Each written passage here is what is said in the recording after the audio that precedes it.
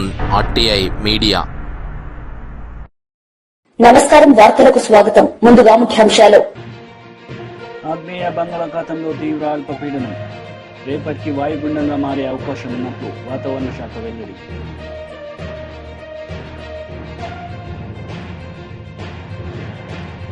కలెక్టర్ల కాన్ఫరెన్స్ లో పాల్గొన్న సీఎం చంద్రబాబు నాయుడు. ఈ సందర్భంగా అధికారులతో ముచ్చటించిన సీఎం.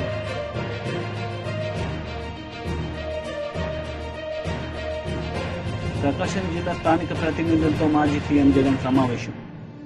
ప్రతినిధులకు దిశానిర్దేశం. కలెక్టర్ల కాన్ఫరెన్స్ లో సీఎం చంద్రబాబు నాయుడు పాల్గొన్నారు. ఈ సందర్భంగా ఆయన మాట్లాడారు. సముద్రంలో పోయే నీళ్ళన్నీ కూడా రాయలసీమలో ఉండే అన్ని ప్రాజెక్ట్స్ సెలెక్ట్ చేయగలిగాం. సో ఎన్ని డౌట్స్ ఉంటే చెప్పండి, or otherwise will disperse for. Sir, Krishna right bank కరకట్టకి ఫ్లడ్ డ్యామేజెస్ లో బాగా డ్యామేజ్ అయింది సార్. దాన్ని రిస్టోరేషన్ వర్క్ చేయకపోతే నెక్స్ట్ రైన్ సీజన్ లో మళ్ళీ భయపడాల్సి వస్తుంది. అది కూడా అది వర్కౌట్ చేయండి. దాన్ని దేంట్లో చేయగలుగుతాము, విల్ టేక్ ఇట్ అప్.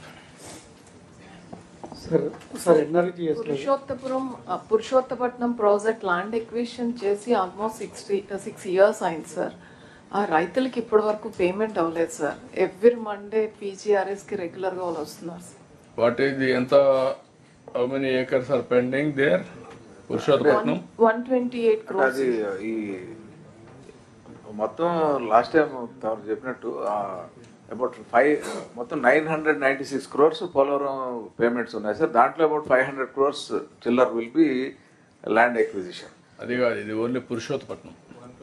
అంటే 128 crores. పురుషోత్తపట్నం మనం పెట్టింది సెపరేట్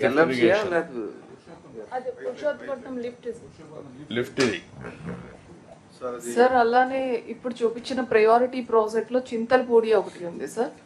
అది దాంట్లో కూడా 86 acres ల్యాండ్ ఎక్విజిషన్ అయింది సార్. అవార్డ్ కూడా పాస్ అయింది. Payments are due sir. అది కూడా కొంచెం ప్రాబ్లం ఉందమ్మా. దాంట్లో ఎంతవరకు చేయగలుగుతామో అవి చూసి, ఎందుకంటే ఎన్విరాన్మెంటల్ ప్రాబ్లం కూడా ఉంది దాంట్లో. అది కూడా ఒకసారి తీసుకోండి. మనం అనుకున్న స్కీమ్లో ఏ విధంగా కంప్లీట్ చేయగలుగుతాం వర్కౌట్ చేద్దాం. సార్, మనకి ట్రెడిషనల్ లష్కర్ సిస్టమ్ కంప్లీట్ గా లష్కర్లు లేరు సార్ ఇప్పుడు. సో అది లేకపోవడం వల్ల మనకి టైలెండ్ లో ఉన్న వాళ్ళకి నీళ్ళు రావట్లేదు. దానికి ఏదైనా ఒక ప్రత్యామ్నాయం మనం ఆలోచించి చేసుకోవాల్సి ఉంది సార్. ఇప్పుడు నిన్న మొన్న నేను చూశాను, మీరు కలెక్టర్స్ అందరూ ఉన్నారు. లిఫ్ట్ ఇరిగేషన్ ప్రాజెక్ట్స్ ఉన్నాయి. నేను వచ్చినప్పుడు ఎప్పటికప్పుడు మళ్ళీ లిఫ్ట్ ఇరిగేషన్ ప్రాజెక్ట్స్ అన్నీ కూడా మళ్ళీ రివైవ్ చేసేవాళ్ళం. మళ్ళీ లాస్ట్ టైం వస్తే అన్ని డిఫంక్ట్ అయితే రివైవ్ చేసాం. ఇప్పుడు పంప్ సెట్స్ కూడా కొన్ని దొంగిలించే పరిస్థితి వచ్చారు, అవి కూడా పోయినాయి. ఇవన్నీ చూసిన తర్వాత మనం ఇన్వెస్ట్మెంట్ పెడుతున్నాం. మెయింటెనెన్స్ చేయకుండా, లేకుంటే అడ్మినిస్ట్రేషన్ యొక్క ఫెయిల్యూర్ వల్ల చాలా వరకు డిఫంక్ట్ అవుతున్నాయి. డిఫంక్టే కాకుండా ఇర్రిపేరబుల్ డ్యామేజ్ కూడా అవుతా ఉంది, థెఫ్ట్ కూడా జరుగుతున్నాయి. వీలైతే we want to call one tender PPP మోడల్లో ఇవన్నీ కూడా ప్రైవేటైజ్ చేసి అవుట్ సోర్సింగ్ కింద మనకి ఏదైతే దగ్గర 10 lakh acres ఆఫ్ ఇరిగేషన్ ఇచ్చే అవకాశం ఉంది. దాంట్లో 4 lakh acres నీళ్లు ఇవ్వలేకపోతున్నాం బికాస్ ఆఫ్ ఇవన్నీ రిపేర్లు రావడం కానీ, డిఫంక్ట్ కానీ, మిస్మేనేజ్మెంట్ కానీ వీటి వల్ల. దానికి కూడా నేను టెండర్ పిలవమన్నాను. పిలిచి అవుట్ సోర్సింగ్ చేస్తాం. శాశ్వతంగా పరిష్కారం అవుతుంది. This type of innovative ideas will bring it. Sir ఇరిగేషన్లో సార్ O&M వర్క్స్ మనం జనరల్గా సార్ ఏప్రిల్లో వీళ్ళు అసర్టైన్ చేసేసి ఏప్రిల్లో పంపించిన తర్వాత శాంక్షన్ వచ్చేసరికి జూన్ అయిపోతుంది సార్. టెండర్లు అయ్యేసరికి అప్పటికి వాటర్ వచ్చేస్తుంది సార్. దానివల్ల O&M వర్క్స్ అలాంటివి ఉండవు. ఒకప్పుడు ఇవన్నీ తక్కువ టైం పెట్టి పని చేయకుండా డబ్బులు తీసుకోవడానికి చేసేవాళ్ళు. ఈ మరి ఉండవు. ఈసారి O&M అన్ని కూడా రెగ్యులర్ టైం బౌండ్ ప్రోగ్రామ్ పెడతాం. Well in advance will complete it. Yeah, they will do it. Sir, good evening, sir. Sir, Collector Nellore, sir. Sir, we have Somshila project, sir. 2 issues, sir. Tamaru kuda chusaru, sir, last time visit lo. High level canal land acquisition jariginayi, sir. Dantlo pending payments unnayi and another ఒక 1200 acres కూడా ఇంకా land acquisition pending ఉన్నాయి sir. అదొకటి. రెండోది సోమశిలది last time approve చేసిన వర్క్లో sir కొంతవరకు emergency work we have taken up sir. ఆ బిల్లు కూడా మనకు ఫైనాన్షియల్ ఇప్పుడు పెండింగ్ ఉంది sir. If that can be clear we will be able to take it up sir. ఏ వర్క్ కూడా there are some financial constraints, అందుకని prioritise చేస్తున్నాం. Prioritise చేసిన ప్రాజెక్ట్ని ఫుల్గా ఖర్చు పెట్టి దాన్ని 1 year 2 yearsలోనే ఎగ్జిక్యూషన్ తెస్తున్నాం. కాబట్టి మీరు చెప్పింది కూడా హై లెవెల్ కెనాల్ ఎంతవరకు చేసిన తెలియదు, కానీ రిపేర్లు అవన్నీ చేయమని చాలా స్పష్టంగా చెప్పాం. ప్రతి ఒక్క ప్రాజెక్టులో ఇప్పుడు అందిరినీవా ఉంది. అందిరినీవా లాస్ట్ వన్ నీళ్లు రావడం లేదు. వీ విల్ కంప్లీట్ దట్ అందిరినీవా. లేకపోతే వెలుగొండ ఉంది, ఎప్పటి నుంచో పెండింగ్ ఉంది. We want to complete that Veligonda. అదే మరి అనకాపల్లి వరకు ఏదైతే పోలవరం లెఫ్ట్ మెయిన్ కెనాల్ పూర్తి చేసే నీళ్ళని విశాఖపట్నానికి వెళ్తాయి. That we have to complete. Polavaram ఉమ్మడి ప్రకాశం జిల్లా స్థానిక ప్రతినిధులతో మాజీ సీఎం జగన్ సమావేశమయ్యారు. సందర్భంగా పార్టీ ప్రతినిధులకు ఆయన దిశానిర్దేశం చేశారు.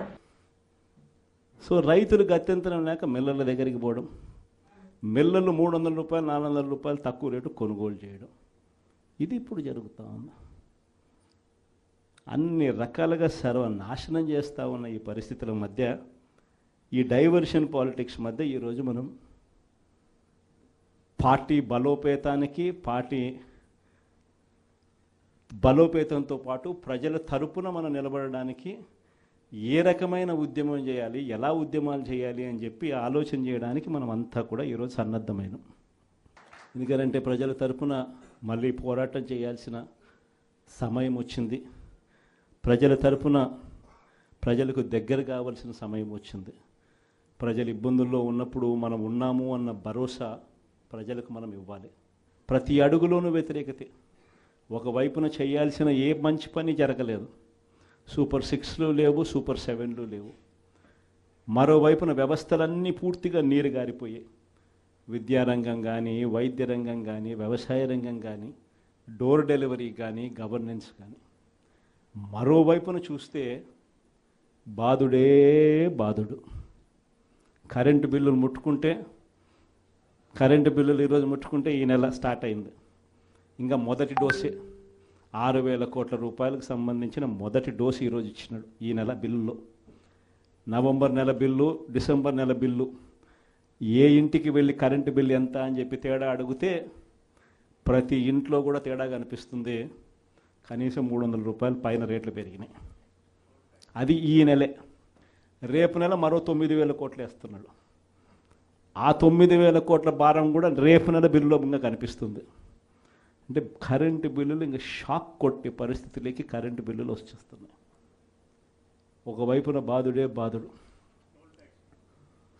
రోడ్ల మీద ట్యాక్స్ అంట. ఆశ్చర్య కలిగించే విషయం ఏంటంటే, రోడ్లు బాగు చేయడం కోసం రోడ్ల మీద ట్యాక్సులు వేసే కార్యక్రమం నేషనల్ హైవేస్ మీద మనం అంతో ఇంతో చూసినాం. కానీ గ్రామీణ రోడ్ల మీద కూడా రోడ్లు బాగు చేయడం కోసం రోడ్ల మీద ట్యాక్సులు వేసే బాధుడే బాధుడు కార్యక్రమానికి చంద్రబాబు నాయుడు గారు శ్రీకారం చుడతా ఉన్నారు. ఆశ్చర్యం నిజంగా ఏమిటంటే, ఆయన హయాంలో మన హయాంలో 2 తేడా చూస్తే, రోడ్ల మీద మనం ఖర్చు పెట్టింది 43,000 కోట్ల చిల్లర అయితే ఆయన హయాంలో ఖర్చు పెట్టింది 27,000 కోట్ల చిల్లర మాత్రమే. అక్కడ కూడా మనమే ఇన్ని సంక్షేమ పథకాలు చేస్తూ కూడా అక్కడ కూడా మనమే ఎక్కువ ఖర్చు పెట్టాం. ఈరోజు చంద్రబాబు నాయుడు గారి హయాంలో సంపద సృష్టి అని అంటే దాని అర్థం బాధుడే బాధుడు. ఇది చంద్రబాబు నాయుడు హయాంలో డెఫినిషన్ సంపద సృష్టికి సంబంధించి. ఒకవైపునేమో మనం కడతా ఉన్న మెడికల్ కాలేజీలు అమ్ముతానంటాడు. మరోవైపున మనం కడతా ఉన్న పోర్టులు, ఎందుకు మీ రామాయపట్నం పోర్టు దశాబ్దాలుగా చూస్తూ ఉన్నాం. ఎవడన్నా పోర్టు కట్టాడా? ఈరోజు ఆ పోర్టు దాదాపుగా పూర్తిగా వస్తూ ఉంది.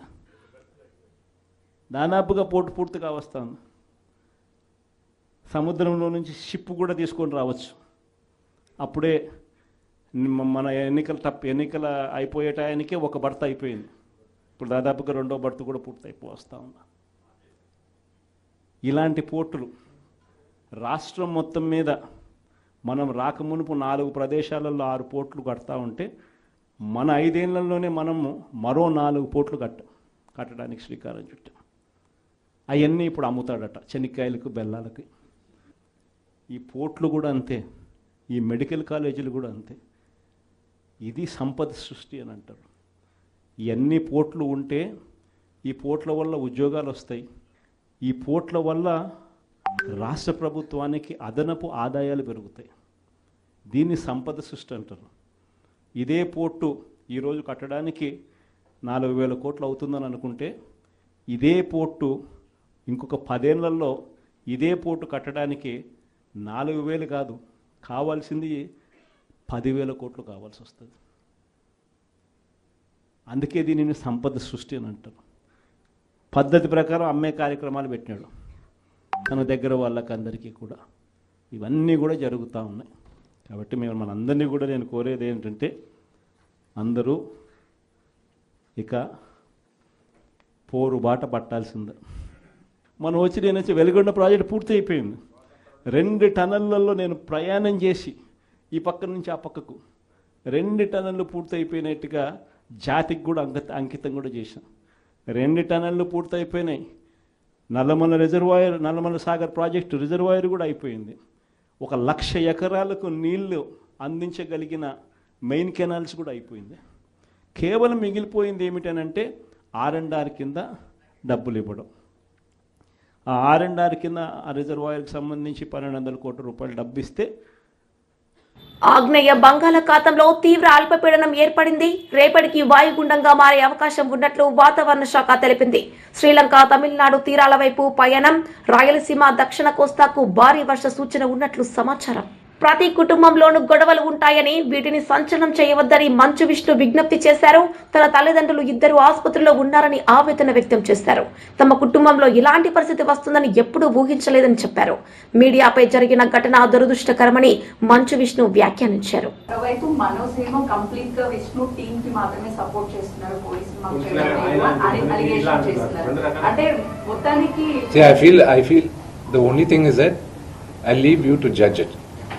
నిన్న రాత్రి జరిగిన సంగతి యు సాట్. మీ ఇళ్ళకు వచ్చి ఎవరైనా ఒక 20 మంది వచ్చి మీ గేట్లు పగలగొట్టి లోపల తండ్రి కూర్చొని ఉంటే తండ్రిపైకి వెళ్తారా అనే క్వశ్చన్ మీకే వదులుతున్నాను. నేను చావనైనా చేస్తాను, కానీ అలాంటి పని చేయండి. మా నాన్న నోరు మూసుకో అంటే షడప్. కంపల్సరీ చెప్పాను కదండి, కమిషనర్ గారికి నేను రెస్పెక్ట్ ఇస్తాను. I give respect to the chair and I'll go. నాన్నగారికి ఇప్పుడు న్యూస్ బులెటిన్ ఇప్పుడే వచ్చింది కదా, medical bulletin. So once the CT scan is over and everything is over, నా పరిస్థితి ఇట్స్ యూనో కదిపితే ఏడ్చేటట్టున్నా. My mother is not feeling well at one side. అంటే మనోజ్ గారు ఆయన భార్య వచ్చిన తర్వాత మారిపోయాడు, వాళ్ళిద్దరు కలిసి ఇది అంతా చేస్తున్నారు అనేసి చెప్పారు. నాన్నగారు భార్య మాట విని మనోజ్ తాగేసి అలా చేస్తూ ఉన్నాడు అని. I will not answer that question. విద్యా సంస్థల ఇష్యూ పెద్దదవడం వల్లే ఇదంతా జరుగుతుంది అని చెప్పేసి బయట అక్రమాలు జరుగుతున్నాయి అక్కడ స్టేట్మెంట్ ఇచ్చాడు కదా. సో అదేనా కారణం ఈ ఇష్యూస్ అంతటికి? అక్రమాలను బయట పెడితే కదా దాడి చేస్తారా అంటున్నారు. దాని మీద ఏమన్నా? They can do it. Today Telugu రాష్ట్రాల్లో Mohan Babu university is one of the most prestigious university. భారతదేశంలో ఐఐటీస్ని ఛాలెంజ్ చేసాం మనం మోహన్ బాబు యూనివర్సిటీ. 2 రాష్ట్రాల్లోనూ మోహన్ బాబు యూనివర్సిటీ లాస్ట్ 3 yearsగా హైయెస్ట్ పే ప్యాకేజ్ ఒక స్టూడెంట్కి 75 లక్షలు 60 లక్షలు. ఒక మామూలు ఫార్మర్ డాటర్ కూలి పని చేసుకునే ఒక ఫ్యామిలీ నుంచి వచ్చి 45 లక్షల రూపాయలు జీతం సంవత్సరానికి అనేది ఆ ఘనత మోహన్ బాబు యూనివర్సిటీకి ఉంది. అండ్ త్వరలో అనౌన్స్ చేస్తాం. భారతదేశం ఎన్నో సంవత్సరాల నుంచి ఫారిన్ యూనివర్సిటీస్ ఇండియాకి తీసుకురావాలని ప్రయత్నిస్తుంది. ఇండియాలోనే first university Mohan Babu university అవుతుంది. పెన్ స్టేట్ యూనివర్సిటీతో ఇండియాకి తీసుకురావడం. And they are rank number 50 in the world. So ఆ ఘనత మోహన్ బాబు యూనివర్సిటీకి ఉంది. And of course we're governed by laws, everything. It's an open book, you know. They can come. Akkada and another one great thing is that ఒక student female male రేషియోలో ఎప్పుడు female ratio 30 to 35% ఉంటుంది. Organisation కానీ education institutions కానీ ఎక్కడైనా. మోహన్ బాబు యూనివర్సిటీలో 53% women ఉన్నారు, girl child. దానికి ఒకే ఒక reason, because chancellor Mohan Babu గారిని నమ్మి, ఆయన క్రమశిక్షణని నమ్మి. మా నాన్న మనసును మార్చేసి ఆయన దృష్టిలో నన్ను శత్రువుగా చిత్రీకరించి నాపై దాడులు చేస్తారని మంచు మనోజ్ చెప్పారు. సిబి కార్యాలయానికి వెళ్లే ముందు మీడియాతో మాట్లాడిన మంచు మనోజ్ కంటతడి పెడుతూ భావోద్వేగానికి గురయ్యాడు. ఆస్తుల కోసం మా అన్నతో గొడవ పడ్డానన్నది వాస్తవమని మనోజ్ వెల్లడించారు. ఆస్తుల కోసం మా అన్నతో గొడవ పడ్డానన్నది అవాస్తవమని మనోజ్ వెల్లడించారు. నేను ఎవరిపైన దాడి చేయలేదని, ఏదైనా ఉంటే సీసీ కెమెరాలు బయట పెట్టాలన్నారు. నేను ఆస్తి కోసమో డబ్బు కోసమో ఈ పోరాటం చేయట్లేదు. ఎందుకంటే ఇది పోరాటం కూడా కాదు, ఇది ఆత్మగౌరవానికి సంబంధించింది, నా భార్య పిల్లల సేఫ్టీకి సంబంధించింది. ఇది నాతో ఒక మగాడిగా నాతో డైరెక్ట్గా వచ్చి నాతో ఏం చేసినా పర్వాలేదు. నా భార్య పేరు ఇంక్లూడ్ చేయడం, నన్ను తొక్కేదానికి, నా 7 నెలల పాపని ఇంక్లూడ్ చేయడం, నా బిడ్డల ఇంట్లో ఉండగానే అలా బిహేవ్ చేయడం కరెక్ట్ కాదు. ఈరోజు పోలీస్ దగ్గరికి నేను వెళ్ళి ప్రొటెక్షన్ అడిగాను. నేను మొన్న వచ్చి అడిగినప్పుడు మీకు అన్ని ఎవిడెన్స్లు ఇస్తాను, ఎస్ఐ గారు ఇక్కడి నుంచి వచ్చి నేను ఇస్తాను సార్ ప్రొటెక్షన్ చూపించాను, బౌన్సర్లు అందరూ అక్కడ దాక్కున్నారని చూపించాను. అది కొంచెం చూసి ఓకే సార్ మీరు ధైర్యంగా ఉండండి, మేము ఎక్కడికి వెళ్ళట్లేదని చెప్పి మాట్లాడి పారిపోయారు. ఇప్పుడు కానిస్టేబుల్స్ వచ్చి అందరినీ, నా మనుషులందరినీ భయపించి ఇప్పుడు వాళ్ళ పేర్లు తీసుకొని బెదరగొట్టి మా మనుషులు పంపించేసి వేరే బాడీ గార్డ్ లోపల పంపించున్నారు సార్. ఏం జరిగిందండి అసలు? జరగదు కాదు సార్. ఫస్ట్ డిపార్ట్మెంట్ ఎందుకు వన్ సైడ్ తీసుకుంటున్నారు? కంప్లైంట్ తీసుకున్న తర్వాత వాళ్ళకి ఏ అధికారం ఉంది? నా ప్రొటెక్ట్ చేసే మనుషులు పంపించేదానికి అధికారం ఏముంది? ప్రపంచంలో నా అందరినీ కలుస్తాను సార్, బయలుదేరుతాను. సీసీటీవీ కెమెరాలు తెప్పిండి సార్. నేను కిరణ్ని, విజయ్ని ఇమ్మీడియట్గా తీసుకొని యాక్షన్ తీసుకోండి, వాళ్ళే దొంగతనం చేశారని చెప్పాను. ఆ కిరణ్ నిన్న మా ఇంట్లో మొన్న చెప్తే నేను చూసుకుంటా అన్నారు. నిన్న మా ఇంట్లోనే తిరిగాడు. మా ఇంట్లోనే తిరిగి మా నానీస్ని బెదిరించి ఒక అమ్మాయి పారిపోయేలాగా చేశారు నిన్న. నాకు మా నాన్న దేవుడండి. ఈ రోజైతే ఏదైతే చూస్తున్నారో మా నాన్నని, ఇది మా నాన్న కాదండి. నేను అబద్ధాలు ఆడేవాడిని కాదు. విజయ్ అనే వ్యక్తి నిన్న అంత చెప్పిన తర్వాత కూడా మా ఇంట్లోనే నన్ను కొట్టేటప్పుడు అతను కారు నింది వెనకాల నుంచి అలాగే వెళ్ళిపోయారు అందరూ ఉండగానే. అన్ని కంప్లైంట్లు పెట్టిన తర్వాత కూడా మా ఇంట్లో ఎందుకున్నాడు ఆ దొంగ? మా నాన్న మీ షోల్డర్ మీద గన్ను పెట్టి కాలుస్తున్నారండి, క్లియర్గా కాలుస్తున్నారు. ఆయన నేను పనులు చేసుకుంటూ అన్ని రకరకాలుగా ఉన్నప్పుడు ఆయన బ్రెయిన్ వాష్ చేసుకొని నా వ్యక్తిగత జీవితంలో బయట పెట్టి నన్ను, నా వ్యక్తిగత జీవితం తప్ప అది కూడా నేనేం తప్పు చేయలేదండి. నేను ప్రేమించిన అమ్మాయిని పెళ్లి చేసుకున్నాను, అమ్మాయి కోసం పోరాడాను. దాంట్లో తప్పేంటంటే నాకు అర్థం కావట్లేదు. ఎక్కడ సైన్ పెట్టమంటే పెట్టాను, రమ్మంటే వచ్చాను, పొమ్మంటే పోయాను. ఎన్ని సినిమాలు చేయమంటే అన్ని సినిమాలు చేశాను. అన్న కంపెనీల్లో పనిచేశాను, సాంగులు చేశాను, వాళ్ళకి రికార్డింగ్లు చేశాను, ఫైట్ డైరెక్షన్లు చేశాను. ఎంతో గొడ్డులా కష్టపడాను, మనసు పూర్తిగా సంతోషంగా చేశాను. నాకు ₹1 అడిగింది లేదు, ఆశించలేదు. నేను దానికోసం నాకు కావాలి, నేను పనిచేసిన దానికి కూడా నేను అడగట్లేదు. క్యారెక్టర్ అసాసినేషను నేను చేయని దానికి చేశారని, నా భార్య వచ్చిన తర్వాత నేను చెడ్డడినయ్యానని.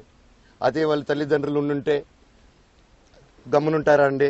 ఈరోజు నేను గమ్మునుంటే ఎలా అండి? తనకి తల్లి అయినా తండ్రి అయినా అన్నీ నేనే అండి. ఈరోజు తను వాళ్ళ ఇంట్లో ఆధారపడదు, నేను మా ఇంట్లో ఆధారపడను.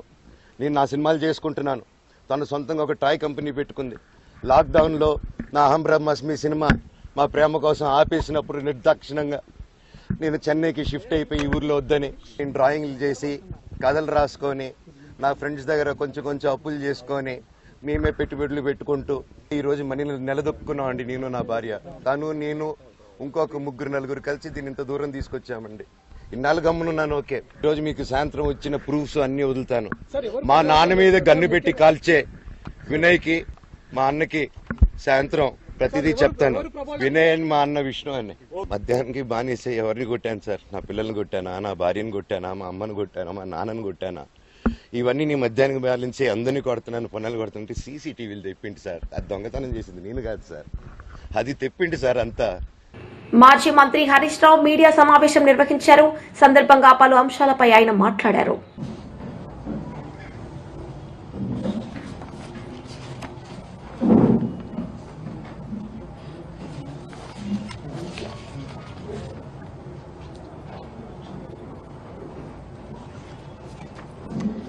ఈ మధ్య గౌరవనీయులు మన రాష్ట్ర ముఖ్యమంత్రి గారు రేవంత్ రెడ్డి గారు తెలంగాణ ఉద్యమం గురించో తెలంగాణ రాష్ట్ర ఏర్పాటు గురించి ఆయన మాట్లాడడం వింటే 100 ఎలుకలు తిన్న పిల్లి తీర్థయాత్రకు పోయిందట. అంటే దయ్యాలు వేదాలు వల్లించినట్టుగా రేవంత్ రెడ్డి గారి యొక్క వ్యాఖ్యలు, ఆయన యొక్క చర్యలు ఉన్నాయి. డిస్టర్బ్ చేయకుండా బిడ్డ, ఎందుకు రాబోయే ఒక 5 నిమిషాలు డిస్టర్బ్ చేయాలి, బతిలాట కూడా చేస్తారు ఇంద్ర బిడ్డ. సో రేవంత్ రెడ్డి గారి వ్యాఖ్యలు దయ్యాలు వేదాలు వల్ల ఇచ్చినట్టున్నాయి. సరే, రేవంత్ రెడ్డి గారు చరిత్రలో ఎప్పుడన్నా ఒకనాడు జై తెలంగాణ అన్నది లేదు, ఒకనాడు అమరవీరుల స్తూపం దగ్గర ఓ 2 పూలు పెట్టింది లేదు, ఉద్యమంలో ఒకనాడు రాజీనామా చేసిన పాపాన పోలేదు. ఏ ఒక్క రోజు కూడా ఆయన ఉద్యమంలో పాల్గొన్నటువంటి వ్యక్తి కాదు. ఇవాళ ఆయన మాట్లాడే వ్యాఖ్యలు, అంటే డిసెంబర్ 9వ తేదీ తెలంగాణ ప్రకటన వచ్చిందంటే అది కేసీఆర్ గారి ఆమరణ దీక్ష ఫలితం, తెలంగాణ ప్రజల పోరాట ఫలితం. డిసెంబర్ 9, 2009 తెలంగాణ రాష్ట్ర ఏర్పాటు ప్రకటన. కానీ ఇవాళ ఎవరో దయాదాక్షిణ్యాల మీద తెలంగాణ వచ్చింది అని రేవంత్ రెడ్డి గారు మాట్లాడడం అంటే ఇది తెలంగాణ ఉద్యమకారులను అవమానించడం, తెలంగాణ అమరులను కూడా, త్యాగాలను కూడా అవమానించడమే అవుతుంది. తెలంగాణ చరిత్ర అంతా కూడా చూస్తే కాంగ్రెస్ పార్టీదంతా కూడా ద్రోహ చరిత్ర. తెలంగాణకు నంబర్ 1 విలనే కాంగ్రెస్ పార్టీ. అడుగడుగునా తెలంగాణ ప్రజల ఆకాంక్షను కాలరాసిన పార్టీ కాంగ్రెస్ పార్టీ. ఉద్యమాలను అణచివేసిన పార్టీ కాంగ్రెస్ పార్టీ. ఎంతో మంది ప్రాణాలను బలిగొన్న పార్టీ కాంగ్రెస్ పార్టీ. అసలు మొట్టమొదలు ఆంధ్రప్రదేశ్తో కలవము, మా రాష్ట్రం మాకే ఉండాలంటే కూడా ఆనాడు ఆంధ్ర నాయకుల లాబీయింగ్కు తల ఒగ్గి ఉన్న తెలంగాణను ఆంధ్రాలో కలిపిందే కాంగ్రెస్ పార్టీ. 60 ఏళ్లు తెలంగాణ ప్రజలు అనుభవించిన గోస, కష్టం, జరిగిన అన్యాయానికి బాధ్యత కాంగ్రెస్ పార్టీది. ఫజల్ అలీ కమిషన్ సిఫార్సులను తుంగలో దొక్కింది నెహ్రూ గారి రాజ్యం అయితే 69 ఉద్యమాన్ని ఇనుపకాలతో తొక్కింది ఇందిరమ్మ రాజ్యం. అసెంబ్లీ ముందు అమరవీరుల స్తూపం ఏదైతే ఉందో ఆ స్తూపమే కాంగ్రెస్ జరిపిన దమనకాండకు. వార్తలు ముగించే ముందు ముఖ్యాంశాలు మరోసారి. ఆగ్నేయ బంగాళాఖాతంలో తీవ్ర అల్పపీడనం, రేపటికి వాయుగుండంగా మారే అవకాశం ఉన్నట్లు వాతావరణ శాఖ వెల్లడి.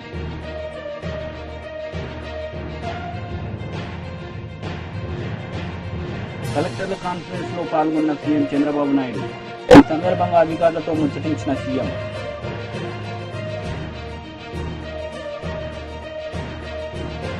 ప్రకాశం జిల్లా స్థానిక ప్రతినిధులతో మాజీ సీఎం జగన్ సమావేశం, ప్రతినిధులకు దిశానిర్దేశం. ఈ వార్తలు ఇంతటితో సమాప్తం. తిరిగి ప్రసారమయ్యే వార్తల్లో మళ్ళీ కలుద్దాం. అంతవరకు సెలవు. నమస్తే.